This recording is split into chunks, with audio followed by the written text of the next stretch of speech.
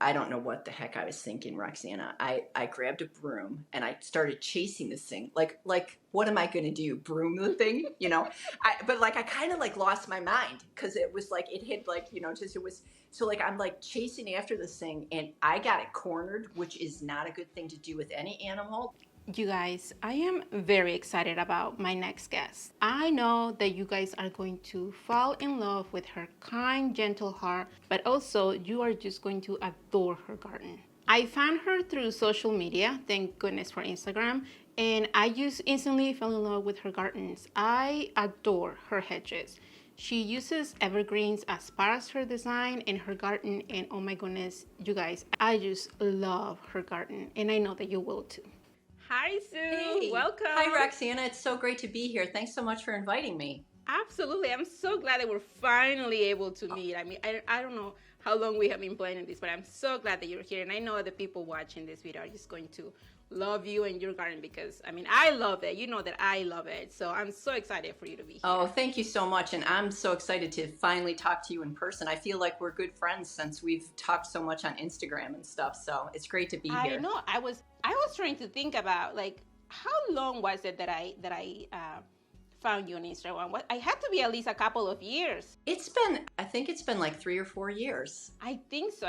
You were one of the first people that I found, and I was like, I was hooked. I was hooked into your garden. I feel exactly the same way about your garden. It's like, and especially all the great stuff you're doing with the vegetables. I am like totally hooked. I'm like trying to find one little spot of sunshine in my garden that I can like do something like that with the raised beds. I just love it. So for those people that are watching this video and like have no clue who you are, just tell us a little bit about where you're located, what type of garden you have. Do you have houseplants or just flowers or you know, trying vegetables? Tell us a little bit about it.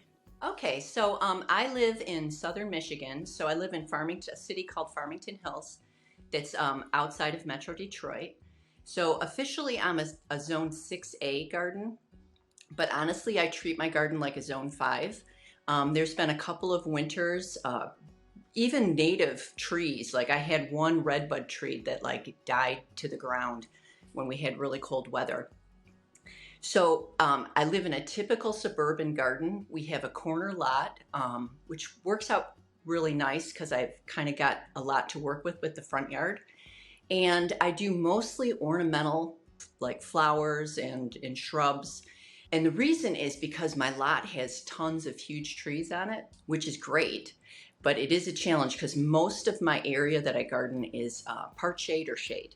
Now, one of the things that I am working on though is like probably about a couple years ago, I got a water bill that was like $940 for watering my grass, which is like way outside of my budget.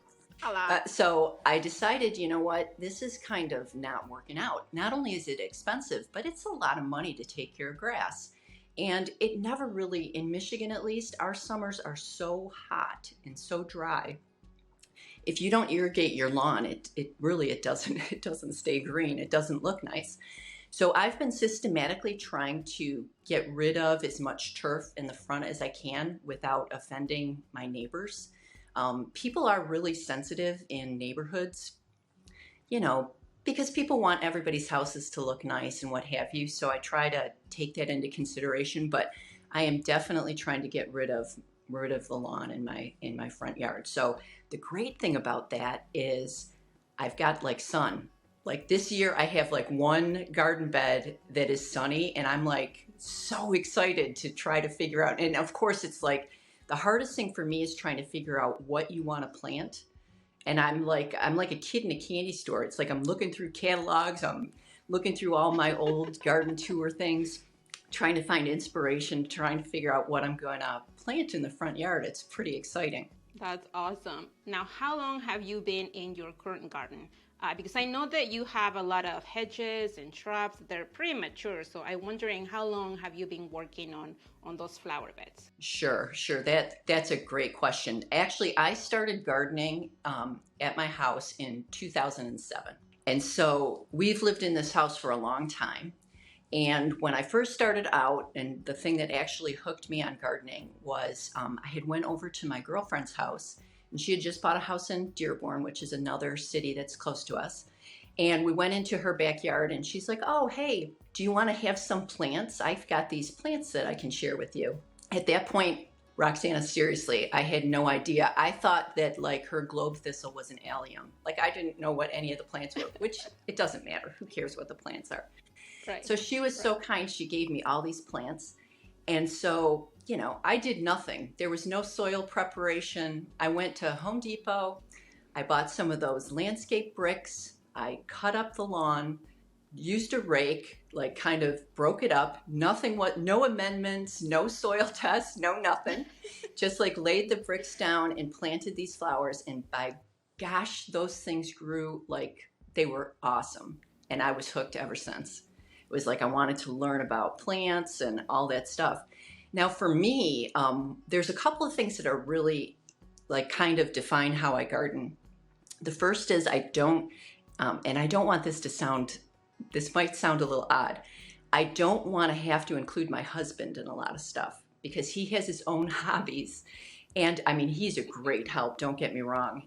Yeah, and he is always like the super ditch digger building stuff for me. I mean, so I don't want to pretend like I don't get tons of help from Tom, my husband. But like for me, it was important, like if it was my hobby and it was my project, I wanted to try to do it myself. And the other thing was I'm like really serious about trying to stay on a budget. So for me, it's like, you know, I don't want to get in debt. I don't want to spend money I don't have, you know, trying to keep up with the Joneses, if you will.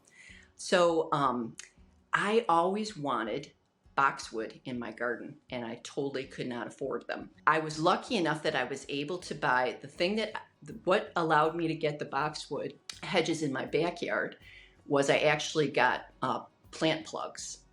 So like each one of those little boxwoods was a plant plug and each one of them cost $2.75. That's how I was able to. And were they like they were tall? Tiny little baby plants. They were, I mean, they must, you know, they could definitely fit in my hand. I'd say they were probably like about this big. And Roxana, I was hooked. Though I planted those tiny little baby boxwoods and I love that garden ever since. Like it was, and it's like when you kind of see the plant growing up from when it's little, it's like when you plant seeds, it's the same kind of thing. It's like, you kind of like get attached to these plants. It's so funny. Yes, but yeah, so that was for me, like what I found is if you purchase plants that are smaller, if you take cuttings, if you get plants from your friends, as long as you're careful about, you know, the soil that you're bringing in, you can really do a lot of cool stuff on a budget. And I know that one of the things when I first found you way back then, one of the things that brought me or invited me to your garden to love it so much was the hedges and especially the boxwoods.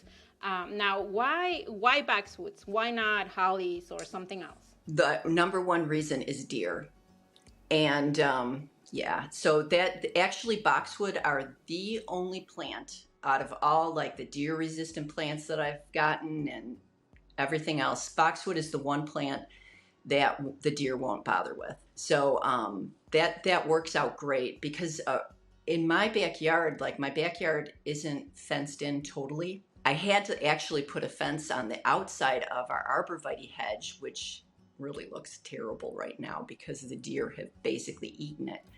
And unbeknownst to me, I had no idea until I was at work one day and my husband, who never calls me at work, called me and he was laughing and he's like, I'm sorry, but like, you've got to see this. And he sent me this video of these 3 fawns and the mother deer, and they had like walked right through the hedge. The 3 little baby deer are like running around each one of the like little garden borders, like just having the time of their life. And like what I found out is they're like walking in and out and like, of course they're eating stuff. I mean, that's goes without saying, but because I was noticing that like the arborvitae hedge was like kind of doing like this thing. And I'm like, what? Is it just me or, you know? And of course, like I caught on way too late. So that poor hedge is like, it looks okay on the outside. It doesn't look so good on the inside. Oh, no. So even though you're in a neighborhood, in a residential area, you have problems with deer then? Oh my gosh, you wouldn't even believe it. It's so, that's actually, I love the animals because we have, and I only say this because my rabbits don't eat anything. So I know that people are going to be so, and I understand, unhappy when I say I have like, I usually get one rabbit, and I've got it this year too, that always kind of hunkers down for the wintertime in the center of my boxwood border. And so for me, I just get a kick out of kind of seeing, all the animals. But you would be amazed. I had one year, I had a fox that had three babies under my deck. And I was sitting there having coffee one morning, just sitting in the living room. And I look out and I'm like, what? That's a fox. I couldn't believe it. I was like so shocked. And so like I got my camera, I got some pictures of them. Terrible pictures, by the way, and then sure enough, I was watching another early morning, and then I see like one little baby, and then I see two little babies, then I see three little babies, and they're like sitting in my backyard just having the time of their life. But I'll tell you what, when I had the fox in the backyard, I didn't have any problems with moles. Because moles are another thing that is one of the pests that I do get, particularly in the front yard. And so that was kind of cool to see, like, because you hear about how that all works as a cycle, but like that was like a real life example. So I was actually glad to see the fox. But yeah, deer are a huge problem in my area. I know that I was reading through some of your stuff earlier, and I know that once you started going into, the garden in your backyard, once you started growing all of that, you didn't just, decided to add plants. You actually took a couple of courses, right? You did the Master Gardener, and then you did a garden design course. Tell us a little bit about that. Yeah, so I can't officially call myself a Master Gardener right now because what happened was I didn't renew my subscription, and so I actually had repeated the course like about 15 years later. So it's a great course. So it's through Michigan State University, the extension. And really, I recommend anybody who has any questions about your garden. Your local extension is such a great and helpful resource. And I mean, it's got tons of volunteers. Plus it has like experts, like professors that teach at Michigan State University, are happy to help you understand how to interpret your soil test results and what have you. So I always wanted to take this course, and I did. So I've actually taken it twice. One time I took it in person. It was just fantastic. I mean, to be in a room full of people that all love gardening. I mean, it was like you could totally, you could talk about things that maybe some of your other friends don't necessarily like talking about. The people are they love so much what they do, and they're so passionate about it. It was just such a joy to sit and be with those people and to learn from them. I can't recommend it enough to take the Master Gardening classes. They teach you about perennials, how to plant plants. In Michigan, what's really important for us is they teach you about water quality, how important it is to, really paying attention to water quality. Water is such an important resource.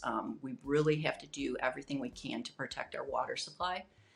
And that was like kind of another thing. You start kind of learning like how everything affects everything else in the cycle of the ecology in your backyard.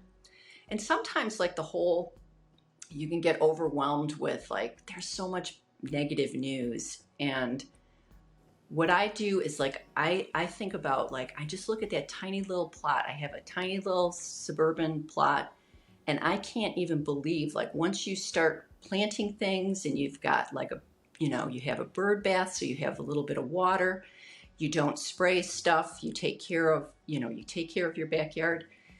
All the little creatures start coming, and they have like a nice place to live. And not only that, but they're super entertaining to watch. So sorry, I'm getting off track here, but You're fine. The Master Gardener program was great. It was a lot of fun. The second version of it that I took was actually online because it was during the whole COVID thing.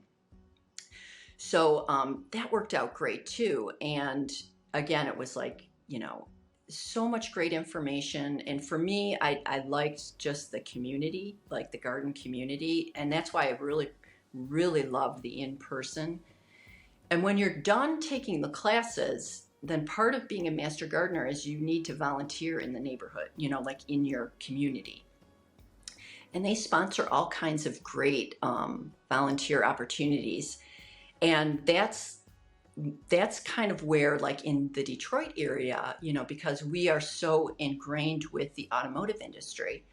So, at the beginning of, the 1900s, there was a lot of wealth, a lot of business, a lot of industry in Detroit. And, there were just like all these wealthy people that were building all these big estates, all these beautiful gardens.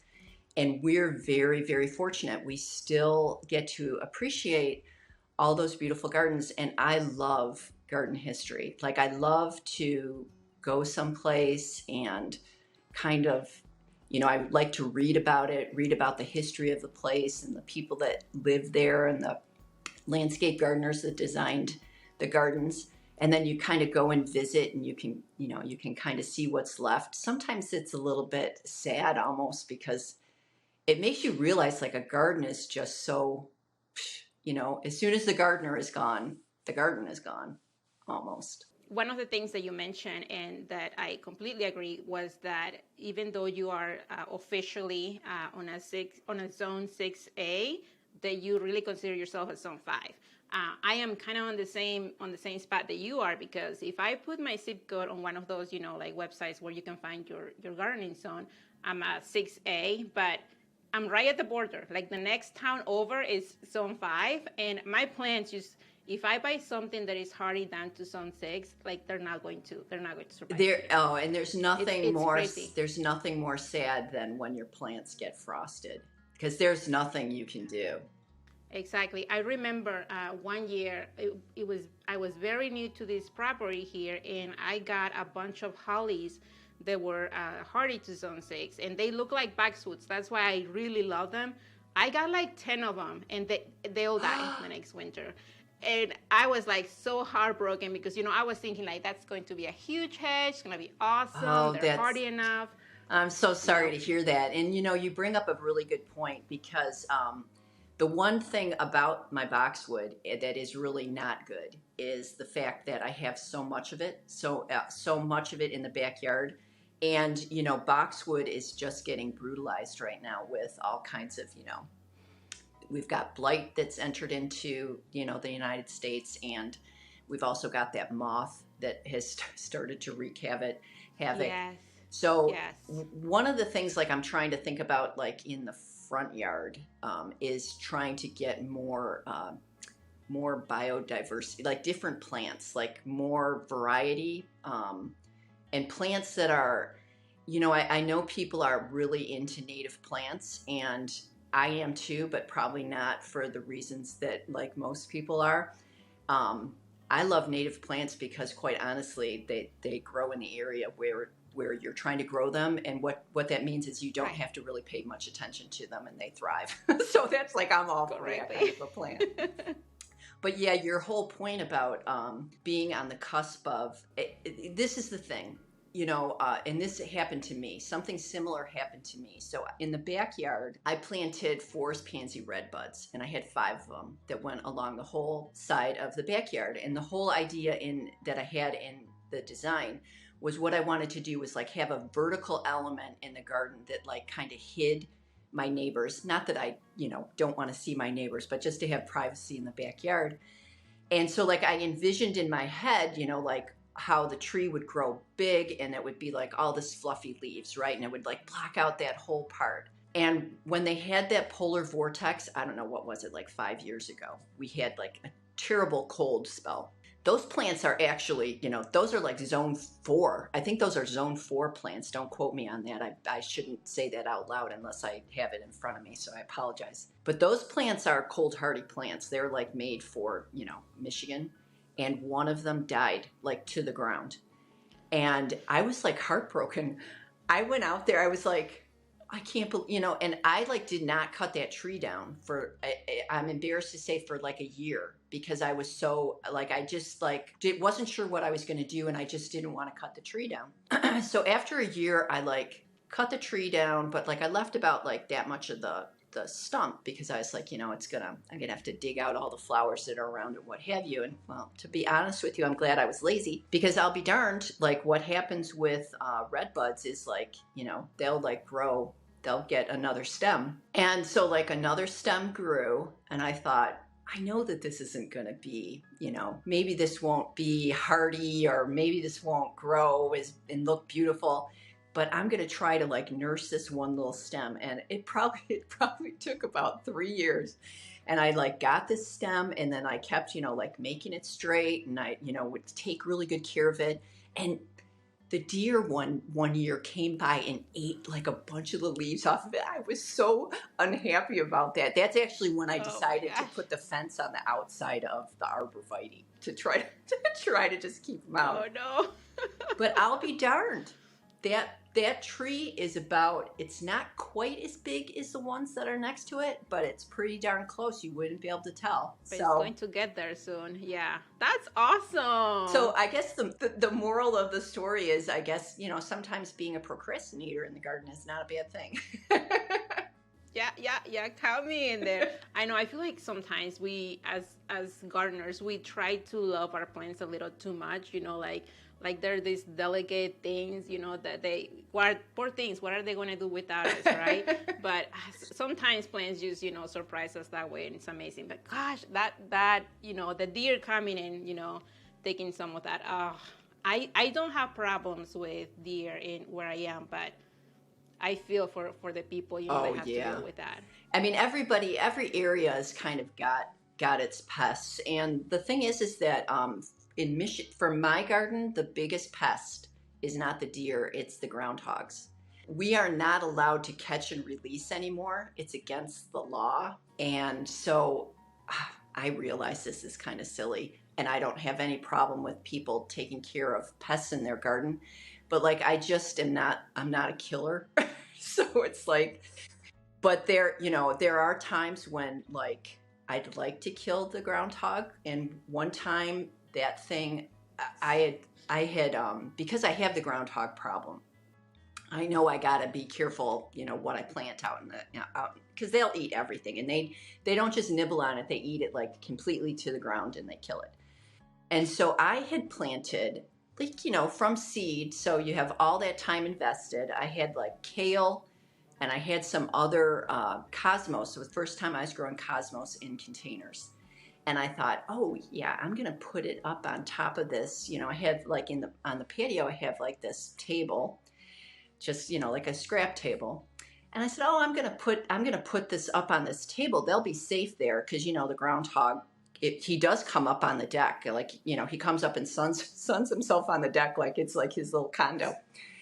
And I'll be darned, that thing got up on the table, ate all the stuff in the pots.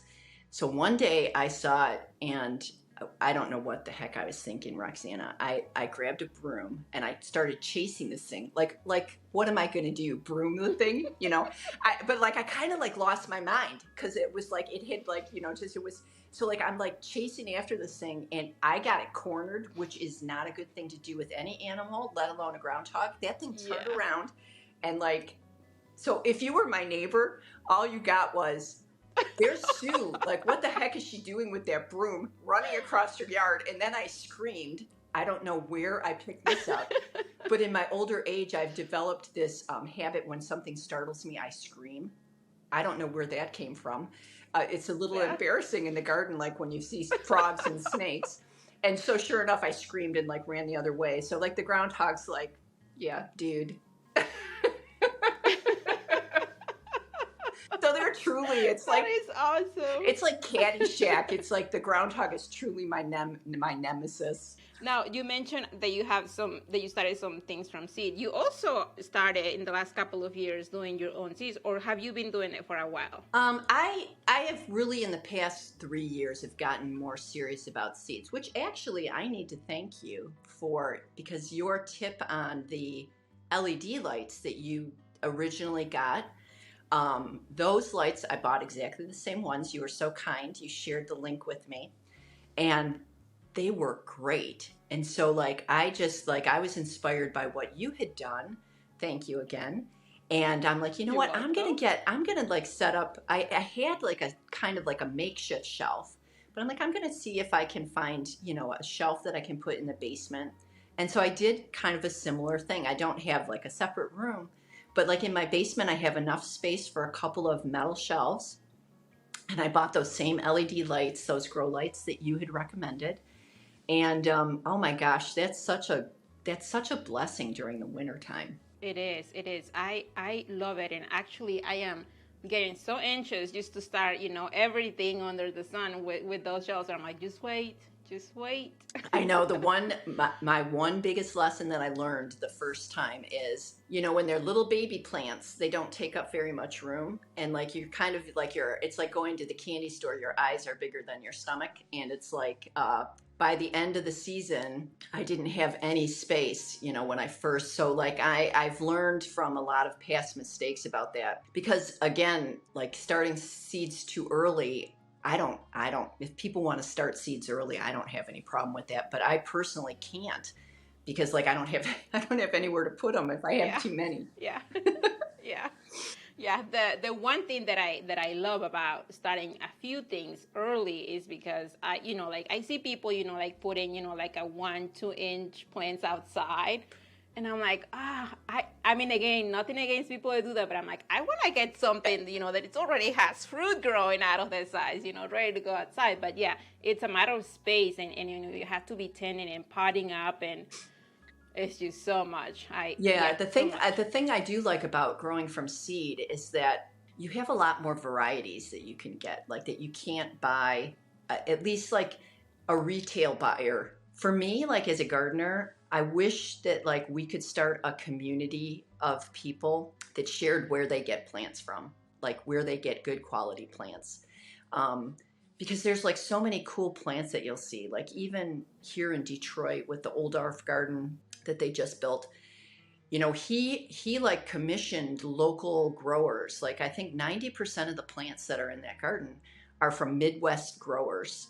And I just thought, because when you go there, like you see all these cool plants and you can't buy them at Home Depot, So it's kind of like, well, where do you find the plants? And then, when you're trying to be more conscious of the environment and the impacts of things, I don't know. I don't want to be like sending away for plants all over the place either. But at the same time, like it's kind of fun to get, some cool plants. So seeds, growing from seed is a good way to do that. Absolutely, I agree.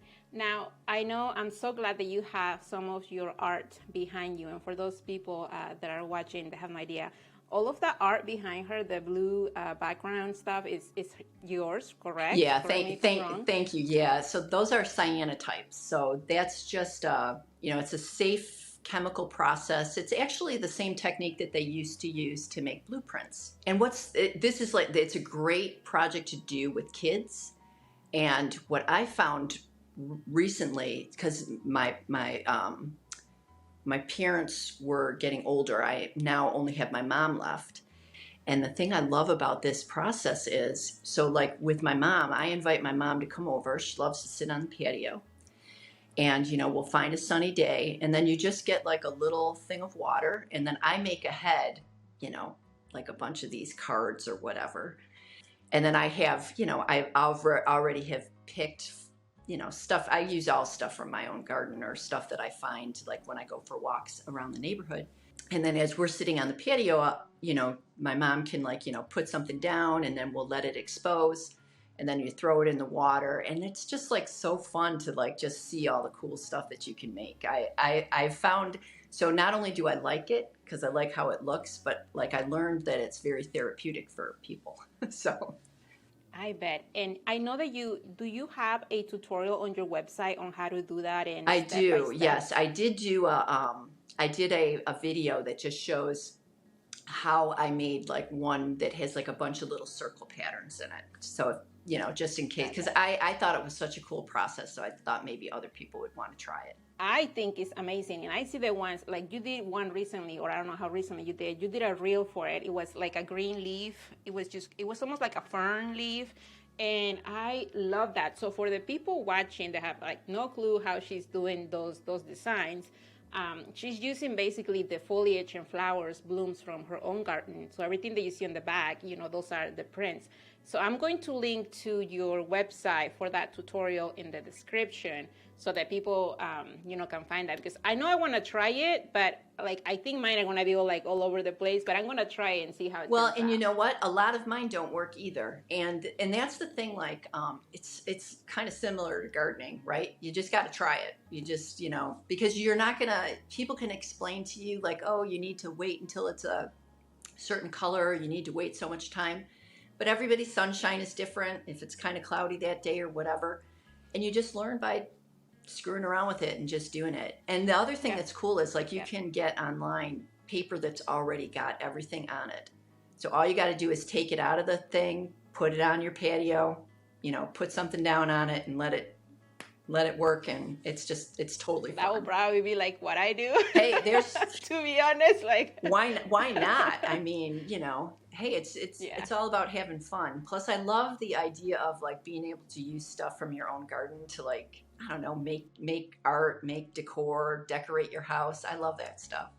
For people that are, you know, that are just starting to gardening and they see your gorgeous backyard with the hedges and grow and plants and everything that you have, and they want to, you know, do something similar like yours in their own places, but they don't know where to start or you know, like where to go. What would be the advice that you will give them if they were just in your place from, you know, how long? 15 years ago when you started working in the garden, right? It's like about a 20-year-old garden now. It's so funny because I remember when I was just starting out. So I absolutely love an author and gardener called Penelope Hobhouse. And I have a book, this flower design. It's a flower garden design book. That thing is like, I've used it. It's got like a bunch of little tabs in it, and it's like the binding is totally broken. I looked at that book to this day. And, you know, the thing that I remember reading about when I read her book was like, you know, start with the structure first. But it's like, yeah, you know. And so when I first started out, like it was all about the flowers. Hey, whatever people like, you know, and you learn as you go. But if I could talk to my younger self, if, you know, if I start another garden like from scratch, the first thing that I'm going to do is the structure.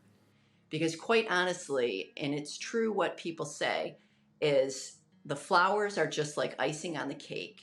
But the cake is, you know, the paths, the hedges, the walls, the fences, whatever it is that you're going to do. And the thing that I like about that is that even when the flowers are gone, because if you really think about it, most flowers don't last very long. I mean, we all see the wonderful Instagram pictures of, you know, the beautiful dahlias in the, you know, in the field when they're all just blooming their heads off. But most of the year, those things are growing to be able to bloom their heads off. And, you know, they may or may not look, you know, really attractive. So if you kind of like have all that stuff in a package that looks attractive, you always have a garden. Right. And I think that's another reason why I love bagswoods, because I mean, it can be a summer day outside, they look amazing, or it could be, you know, like the hottest day, snowy winter day, they still look amazing. Yeah. I just absolutely share that love for bagswoods like you do. Yeah, I do. I love any kind of evergreen. I'm like crazy about but because, you know, here in the Midwest, you know, anything that keeps its color and keeps its form during the wintertime. Because our climate is more cold than it is warm. So, you know, it's kind of like you get to use your space all year round. And which I really enjoy that. Absolutely. So if I had to like talk to my younger self or give advice to somebody, I would say if you're moving into like a brand new house and you have no idea what's there, I would wait a year. Like I would like wait the next year and kind of see what grows and see what you see. Like I know that's really hard to do because you want to jump right into it. And the other thing is I would start with the structure first, instead of just like plants. And then for me, the other thing, which I'm still learning, is you don't need a plan in the sense of like, you know, you need to meticulously write out everything or whatever. And quite honestly, you can do whatever you want. I mean, it's your garden. You do your garden the way you want to do your garden. But what I found helpful is to kind of have an idea of what I want to buy before I go to the garden center. Because like, I don't know about you, Roxana, but I get in front of those plants and I'm like putting stuff in the cart and it's like, that's not like, and I'll get home and I'm like, where am I going to put this plant? It's so irresponsible. I agree. I bought last fall. They were on sale, so that's my excuse. They were on sale. I bought 16 heucheras. I have no idea where they're gonna go, but they were $1. I couldn't just not buy them. I know. I can appreciate what you're saying there, and you'll find a great place for those heucheras. Don't you worry. I'm sure. Well, Sue, I have enjoyed this conversation so much. Oh, I have too. It's great to talk to you. I thank you so much for being here, for taking some time of your morning and, you know, share this time with me and talk about the garden. We can go for hours talking about, you know, the gardens and this and that. I mean, thank you so much. I have really enjoyed having you here. Thank you so much for having me, Roxana. I've enjoyed it too. I hope that you guys enjoyed this video. If you have a minute, go ahead and check her YouTube, her Instagram, and her website. You are not going to be sorry to follow her gorgeous, gorgeous garden. Thank you for being here, you guys, and until the next time.